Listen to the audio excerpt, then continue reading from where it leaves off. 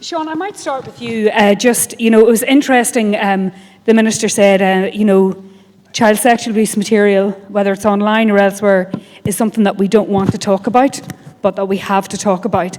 And we know that obviously child sexual abuse and child sexual violence really spans all across the globe, particularly hearing about, live streaming across jurisdictions. Can you capture for us, maybe through your work, the scale of child sexual abuse globally and what that means for us here locally in Ireland? There's a few mics there. Sure. Listen, I just start off by saying I think today is such an important day. And I think the Monitor is such an important tool in the fight against childhood sexual violence. I lead an initiative called ToZero, and that's really a global initiative working with partners across the world to build a roadmap for action with one objective: to end childhood sexual violence globally. And I'll give a bit of a sense of the context and the scale of the problem, but I want to preface that by saying this is a preventable problem. It is preventable. We should not accept any child experiencing sexual violence when they are growing up. But lots of children do, unfortunately. And I just want to give you some kind of sense of what that looks like. Before this role, I worked in a private philanthropic foundation, and we funded organizations working in this space. And one of the challenges we found was that we didn't know the scale of the problem globally. We didn't know the scale or the nature of the problem. And it's really, really hard to know if solutions are effective if you don't know what you're dealing with. And I'm delighted to say that in October of last year, UNICEF published some groundbreaking findings around the nature of childhood sexual violence. And the headline figures are these. Globally, 1 in 5 girls and 1 in 7 boys experience sexual violence before they are 18 years old. I just want you to think about that and let that sink in. 1 in 5 girls and 1 in 7 boys. This is an issue that affects every single one of us, that affects every community, every country around the world. And within those figures, of those 1 in 5 girls who experience sexual violence, 1 in 8 girls experience contact sexual violence, and 1 in 11 boys. So when we think about this, and I know the Minister earlier on had made the very important point that this isn't just an issue that affects predominantly countries in the global south. I mean, when you look at this, this affects all of us, and it affects Ireland. And when UNICEF drilled down on some of those figures, they actually looked at a regional level. And what they found was that in Central and Southern Asia, the number of girls who experienced contact sexual abuse was 8%. Okay? In Eastern and Southeastern Asia, it was 9%. Let me tell you what it was in Europe and North America, 14%. So this sense that this is someone else's problem or it's more prevalent somewhere else, that's just a fallacy. This happens here. And I often think about and talk about sexual violence against children as a tip of the spear issue, because it has such a profound impact on so many other aspects of a children's health and development. And again, when we looked at the figures, what UNICEF found was that for any child who does experience sexual violence when they're growing up, let me just give you some figures here. They are 44% more likely to suffer from an anxiety disorder in later life, 98% more likely to harm themselves, 95% more likely to develop a drug disorder, 66% more likely to develop a major depressive disorder, and 270% more likely to experience schizophrenia at some point in their life. So this is a live issue for all of us. And, you know, when I think about childhood sexual violence, we talk about online, and the Monitor is to look at online childhood sexual violence and child sexual abuse material. I would say that from my perspective, the only way you can look at this is to think about this as from the child's perspective, and in a way, we can't get too caught up in the division between online and offline. From a child experiencing sexual violence, those boundaries are very fluid. It can move from contact violence into things like video or image sharing that then can often re-traumatize the person because they are constantly shared, and once online, it is extremely difficult to get them offline again. But online does provide certain dynamics and vectors, if you want, around the abuse of children and sexual violence. Because it's like pouring rocket fuel into some of the ways these things happen. Again, the Minister referred to chatbots earlier on. With online, people have the ability who have a sexual interest in children to really scale up their efforts in terms of engaging with children, grooming. Those chatbots, AI now, isn't just generating images, it's actually starting to replicate chatbot conversations, and a person with that interest, rather than having to engage in individual conversations, can now send out an AI-generated chatbot and engage with hundreds of children, all at the same time. And once a particular flag is raised, then they can go and start engaging with them directly. The ability to share images, the non-consensual intimate image sharing now online, the ability to be able to live stream abuse, all of these vectors, if you want, are facilitated and accelerated by the online environment. And that, I think, places, sure, a particular responsibility on tech companies, and we've talked a bit about that already today. But I also think it places a responsibility on all of us to start to really hold those tech companies to account and hold governments and institutions to account in terms of the legislative and regulatory framework that they operate in. And again, I'll pause there, but I'll say that is why I think today and the launch of the monitor is such a critical step in that direction. It really is. And Mick, it was interesting, the Minister sort of gave us a little bit of perhaps an early scoop on what will be your 2024 figures. But what is the hotline seeing? Like in reality, what is being reported to you? What are the trends? Because the growth has been exponential in recent years. I'm a long time working in this area, in this field, and one of the phenomena that I see all the time is this idea that there's always something new happening, something new trending. It's a highly innovative it is, you see, and it moves so fast that the next big thing, and we see a lot of people, after watching Adolescents on Netflix, for example, suddenly realizing that there's problems for kids online. Suddenly realizing it? I mean, since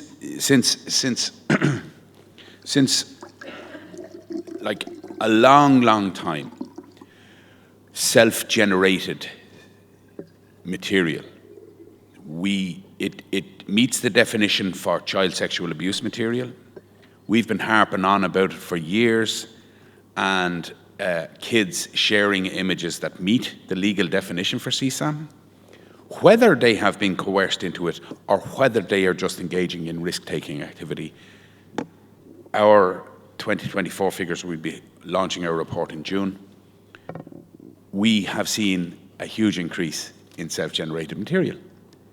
But yet self-generated material is not on the radar anymore. Now everyone's talking about AI, everyone's talking about toxic, what was that expression? Toxic motivation, especially towards boys. But yet we've been waving the flag for years now that boys are hugely targeted in sexual extortion, which we've again seen an increase in. So all of this, where we talk about toxic masculinity being part of the toxic motivation problem, we also see boys as victims too. We're seeing a huge amount of them as victims. But is it something like, what David Darcy and the Minister were saying earlier, and indeed which the Online Safety Monitor report catches out, is that maybe it's parents and adults in society generally are only sort of catching up because the technology has moved maybe faster than our ability to even comprehend the scale of it. I think with adolescents, did art meet a moment? I think, again, as Seán said, it's back to the companies every time. They're pushing forward the positive all the time, and there is positive. Jane from Webwise is constantly reminding me that there are positives to using the internet. Unfortunately, coming from the dark side of it, I tend to forget that sometimes. Dearbhail and Ava and Kishi reminded us today that there are huge positives. Of course there are.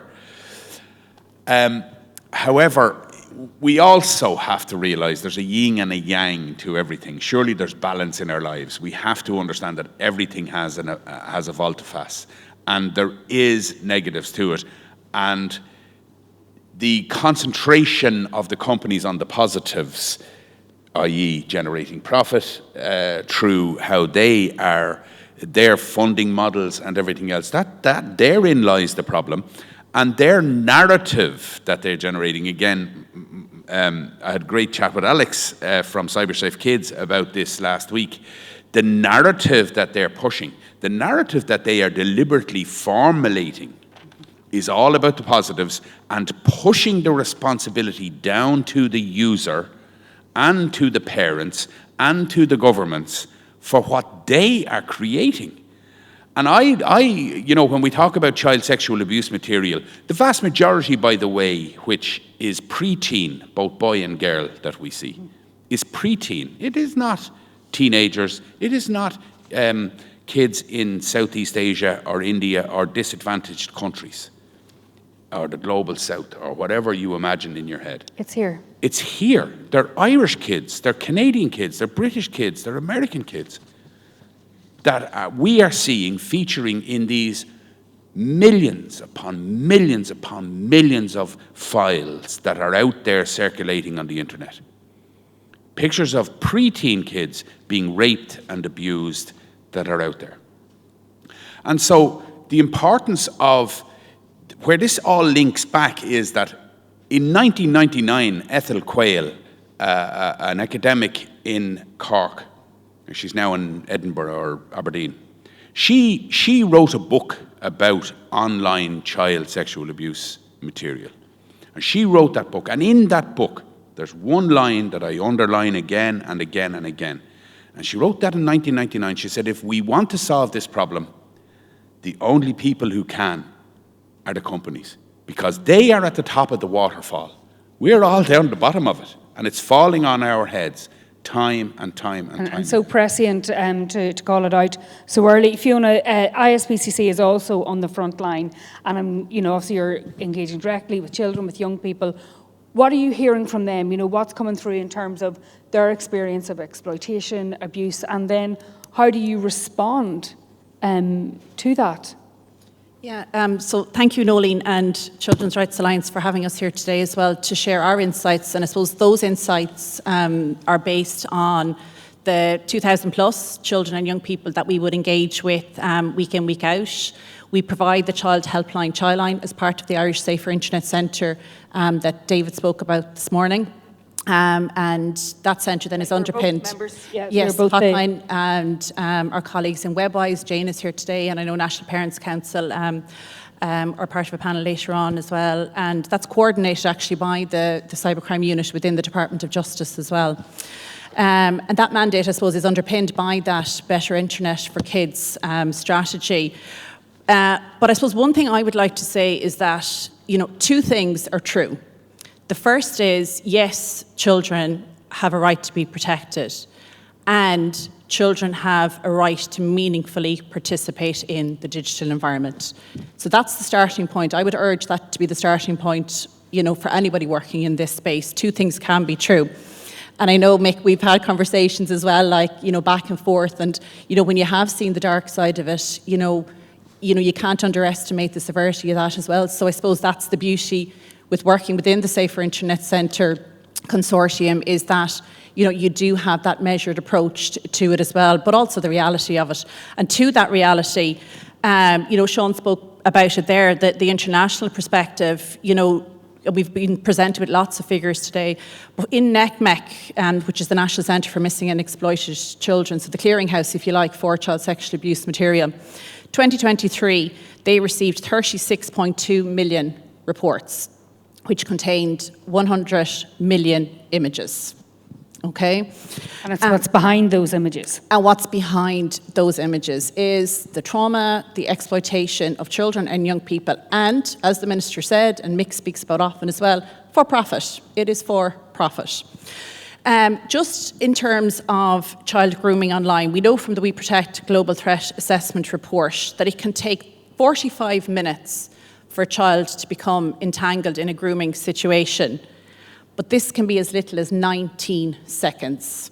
So when a child, and the way it works is they're on a platform, open platform, and they're moved to a private space where that exploitation can happen and that grooming process can happen.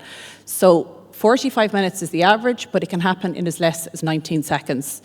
So just to bring it back, I suppose, to what we're seeing in the ISPCC, through our helpline. So in relation to the online related contacts, so 33% of them, a lot of them are around, I suppose, gaming and the pressures and problems that can happen within the gaming environment.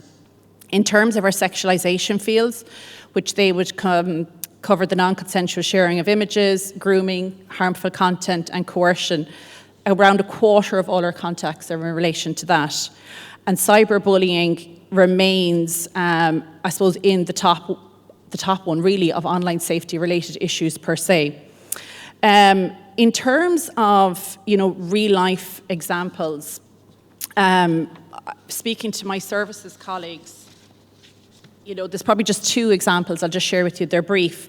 So one is a 13-year-old girl in first year of secondary school. So our therapeutic support services will be our face-to-face work. She had a TikTok account and uploaded videos regularly. Her videos were then taken from her page without her consent and uploaded to various TikTok accounts anonymously, which encouraged users to rate the appearance of the child in the video. This led to discussion in the comments section, which were of a sexual nature and very degrading. The criticism of her appearance resulted in a negative impact on the child's mental health and further resulted in self-harming activities. The videos were reported to TikTok but remained online for a lengthy period of time. And the second example, and again, when Dearbhail and Ava and Kishi were speaking, just a few moments ago, this all resonated so well. The amount of nodding heads in the audience. Yeah, another example of a 14-year-old girl in secondary school began talking to a boy on Snapchat, believed that he really liked her, repeatedly asked to share images. So eventually she gave in to him, which included her face. Once he received these messages, he blocked her and then spread these images online across her school network. This was reported to the school and to An Garda Síochána, and a few weeks later, more images were shared online claiming to be the girl, but these images did not show her face, and she was forced to deny that these pictures were of her. And this had a very negative impact on the young person's mental health. And it really does. I spoke to someone recently whose grandchild has been out of school for a year, Noeline, because of cyberbullying that translated into a real life scenario, and that child is going through clearly a huge crisis, and there is so much behind all of those statistics. And although we could spend time probably on each of the recommendations and all of the themes, one of the things I was struck by was, Noeline, when you're talking about, one of the recommendations was making, for example, child right impact assessments standard and really kind of shifting it more towards the tech companies. How do we avoid that becoming just a tick box, of exercise and make it actually something that has real bite? Because I think even with the Digital Services Act and other initiatives, you're still going between the carrot and the stick. You are. So this is really, it's like how any of us do anything that means something to us. If we mean to do it right, we do it by our own set of values, our own framework of what we want to achieve out of it along the way. So your children's rights impact assessment, and I see Carla Charles here, who was very important in developing one with the Children's Rights Alliance earlier, which is now going into kind of national policy.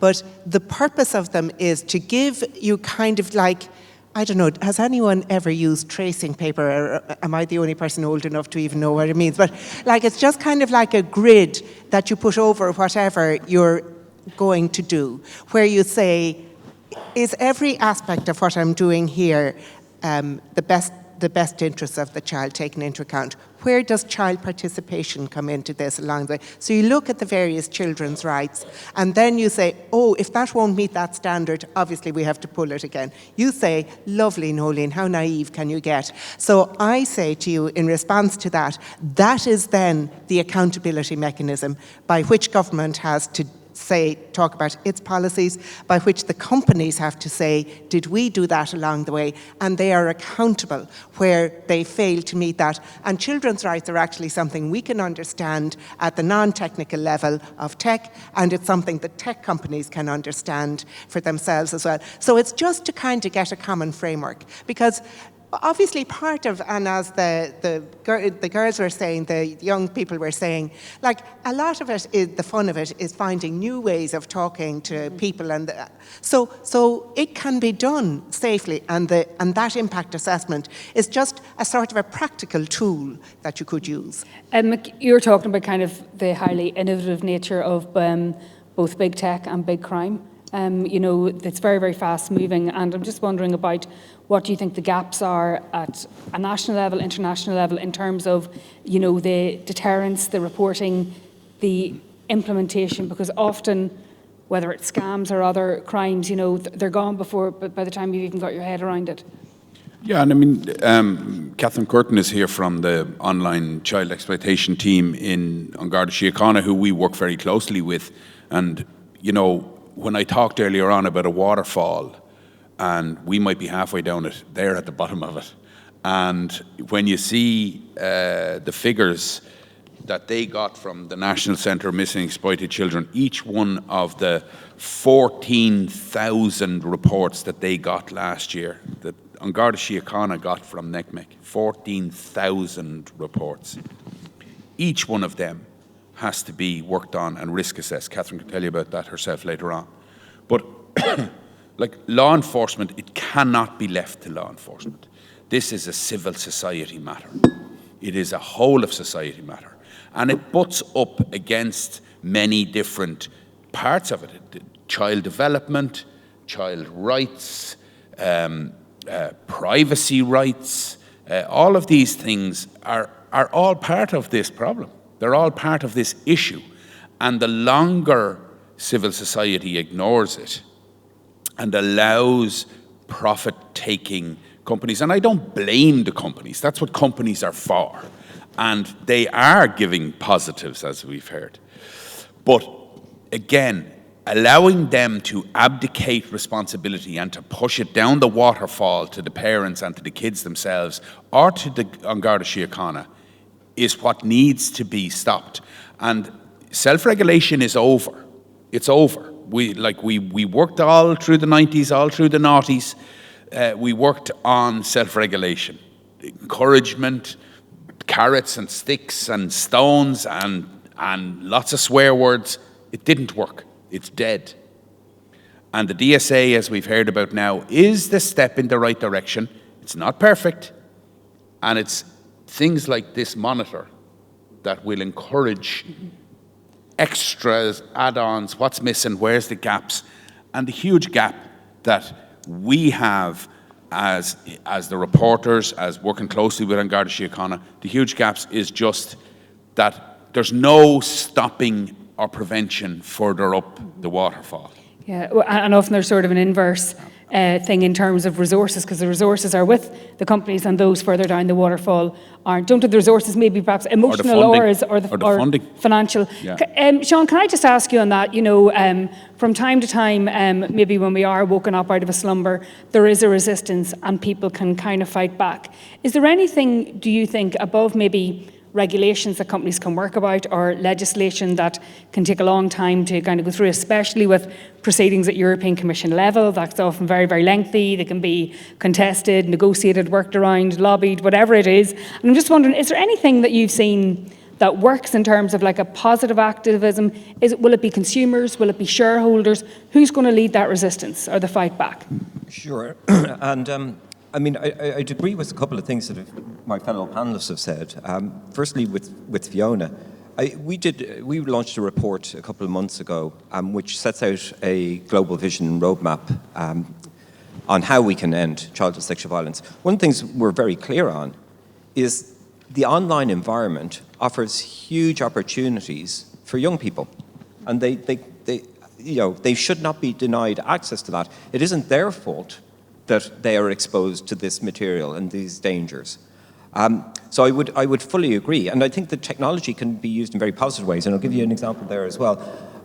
I think I'd agree with Mick in terms of, we're down the waterfall, but we're also sort of, in a sense, the source of the water that flows over the waterfall for companies, right? We are the product. We are. We are their revenue source. I mean, we keep them alive. All of us who participate online. And companies do respond to that. I mean, and sorry, the other thing I would say that I would just want to point out, which I think is really important, and Noeline, you mentioned it earlier on in your introduction, there seems to me at times this false dichotomy between protection of children and online privacy. I just do not believe that at all. I think those are two very fundamental rights, and both can be vindicated for society and people in general, and in particular for children.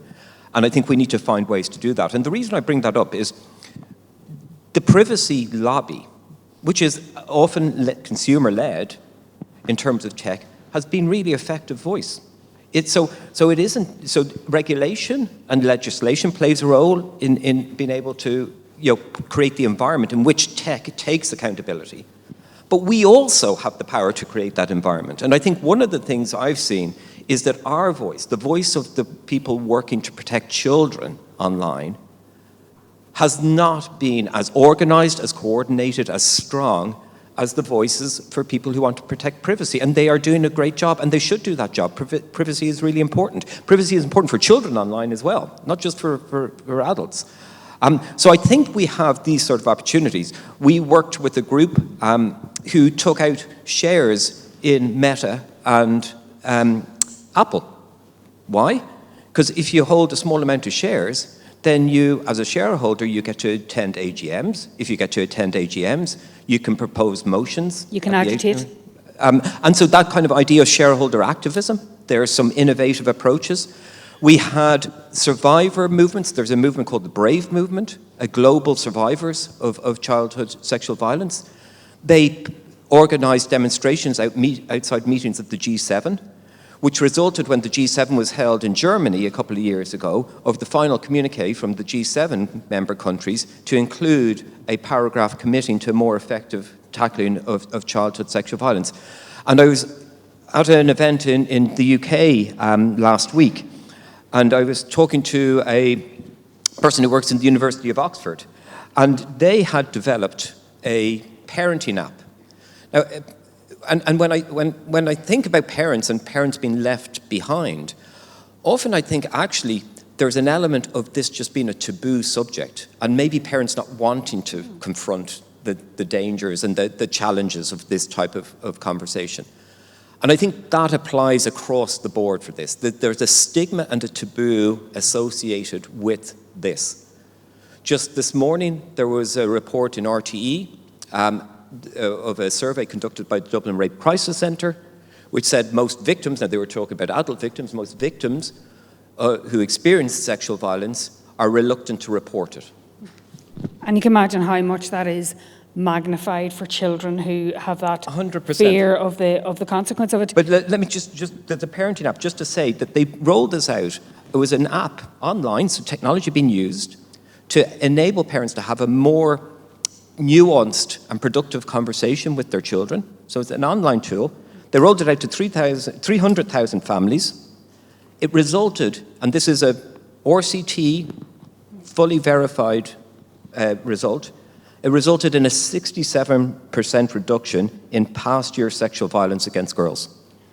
67% reduction. And Fiona, I think there's something really in that, what Seán's talking about, the conversation between parents and children, or responsible adults and adults and children generally. There's a scene in Adolescence where the son is explaining to the father, who's a detective, what the language and what the symbols were being used. And I thought that was fascinating, and I asked some of the own small people in my own life, what about that? And they were like, oh, they don't have a clue. Parents don't have a clue, because children have a different language and an argot all of their own. And I'm just wondering, in terms of providing responses, crossing that bridge between the child's world and the adult world, does that mean you have to adapt your responses to the way they converse and act online?